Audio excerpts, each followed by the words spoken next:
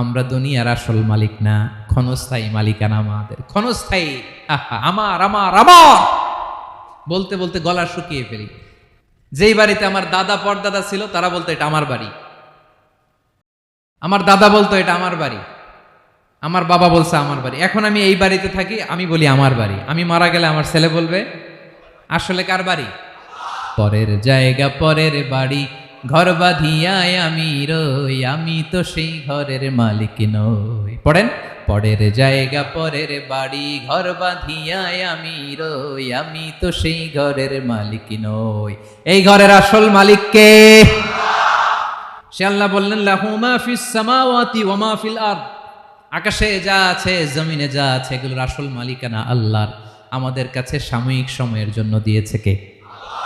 দিয়ে আল্লাহ দেখে, পরীক্ষা করে। কাউকে আল্লাহ সন্তান দিয়ে পরীক্ষা করে, কাউকে না দিয়ে, ঠিক কিনা?